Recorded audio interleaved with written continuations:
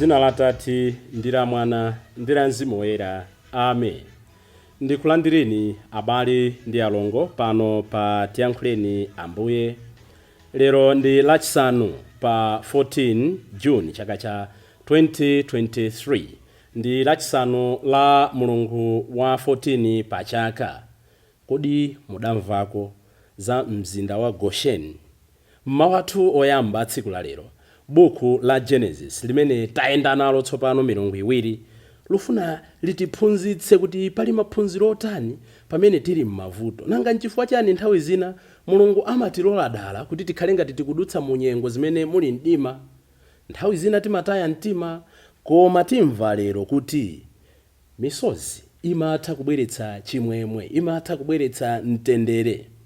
Mawathu oyamba akuchokera m'buku la Genesis mutu wa 46 ndime ya 1 kulekeza 7 kudzawerenganso 28 kulekeza 30 ndipo salimo yathu ndi salimo namba 37.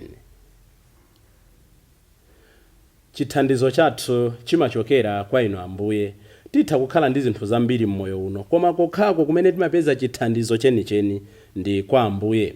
Mawu a Uthenga Wabwino ndi monga adalembera Mateyu Oyera mutu wa 10 ndime ya 16 kulekeza 23. Amene akutiwerengera mawu a Uthenga Wabwino komanso kutigawira mawu ndi Reverend Father Francis Damaseke kuchokera ku Episcopal Conference of Malawi ECM. Tiyeniso abale ndi alongo tisinkhesinkhe limodzi. Ambuye akhale nanu. Mawu a Uthenga Wabwino monga adalembera Mateyu Oyera. Ulemu kwa inu Ambuye. Mutu wa 10 ndime ya 16 kulekeza 23. Pa nthawi yomweyo Yesu adati, mumvetse bwino, ndikukutumani ngati ana ankhosa pakati pa mimbulu. Ndiye inu khala nochenjera ngati njoka, ndofatsa ngati nkhunda. Anthu muchenjere nawo, pakuti adzakuperekani ku mabwalo a milandu, ndipo adzakukwapulani m'nyumba zawo za mapemphero. Adzapita nanu kwa nduna ndi mafumu chifukwa cha Ine, mwakuti mudzandichitira umboni pamaso pawo ndi pamaso pa anthu a mitundu ina.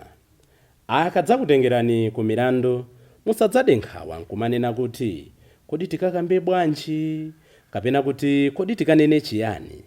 Mudzapatsidwa pa nthawi imeneyo mawu oti munene. Pajatu odzayankhula sindinu ayi, koma Mzimu wa Atate amene adzayankhule kudzera mwa inu. M'bale azidzapereka m'bale wake kuti aphedwe, bambo azidzapereka mwana wake, ana adzawukira makolo awo mpaka kuwaphetsa. Anthu onse adzadana nanu chifukwa cha Ine, koma yemwe adzalimbikire mpaka potsiriza, ameneyo ndiye adzapulumuke. Tsono akamadzakuzunzani ku mudzi wakuti mukathawire ku mudzi wina. Ndithu ndikunenetsa kuti musanathe kuyendera midzi yonse ya Israeli, Mwana wa Munthu adzakhala atabwera. Mthenga wa Ambuye. Ulemu kwa inu Ambuye Yesu Khristu. Abale ndi alongo, tikupitiriza kusinkhasinkha buku la Genesis, buku la chiyambi. Monga tinanenera poyamba, buku la Genesis muli maphunzitso ambiri a moyo wathu. Pamene zinthu zikuyenda bwino, pamene zinthu zayima, pamene tagwa, pamene tikubwerera mbuyo, tizibwerera ku buku la Genesis nkuona kuti pamoyo wathu wachikhulupiriro ngakhale wakuthupi kumene ukutikumbutsa chiyani. Chifukwa tonsefe tili ndi chiyambi, ndipo chiyambi chathu timachipeza m'mawu a Mulungu m'malemba oyera. Tsiku la lero tikuona kuti misozi ikubweretsa chimwemwe. Dzulo tinamaliza ndi kuona kuti abale aja, Yuda ndi azizake, Benjamini atapezeka kuti watenga chikho, amuyikira chikho ngati msampha, atapanga lirizi kuti tsopano ndakuonani kuti ndinokhulupirika, ndipo anauza kuti akatenge bambo wawo abwere naye. Ndipo tikuona tsopano lero kuti bambo wawo uja akunyamuka ulendo, akupita ku Egypt, ku dziko la chilendo limene Mulungu akumulamula Joseph kuti aitanitse makolo ake, aitanitse bambo wake. apa tikuona kuti pamene Yosefe akumana ndi bambo wake Jacob akukumbatirana, ndipo Yosefe akupyopyona phewa la bambo wake pamene bambo wake ali ndi misozi imabweretsa chimwemwe.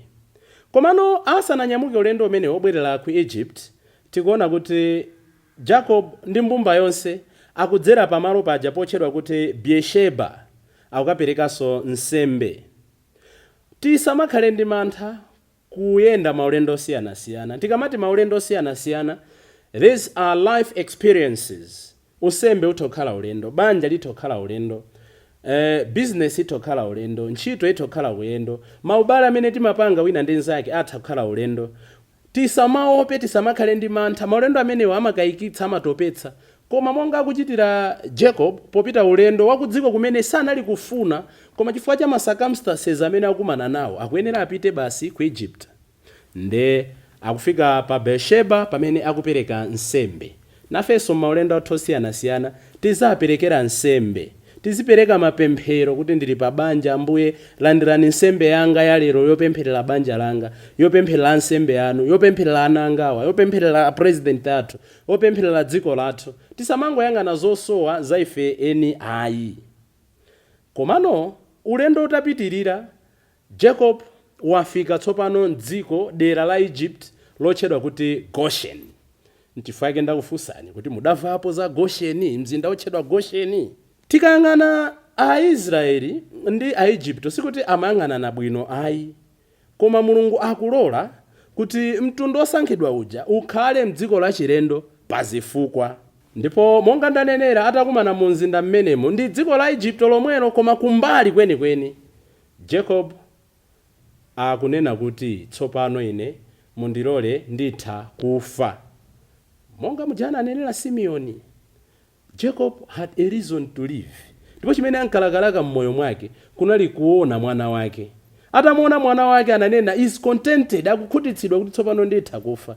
Ifenso tizikhala ndi maloto amene azitipangitsa to live for another day. Ena timangokhala moti titafunsidwa kuti blueprint ya moyo wathu, chimene timalakalaka, chimene chimayendetsa moyo wathu ndi chani. Muona kuti ambiri tilibe.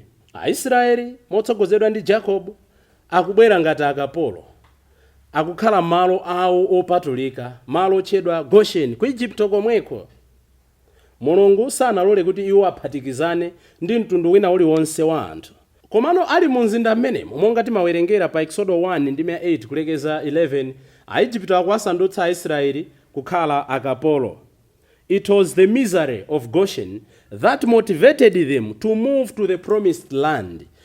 Ndi ukapolo umene anakumana nawo mu Goshen mmenemo, umene umapatsa chilakolako choti abwerere dziko la mkaka ndi uchi, dziko la makolo awo. Usiwa wina, matenda ena, mavuto ena adzatipanga motivate, adzatipatsa mudyo oti tilimbikire kuti tibwere pamalo abwino.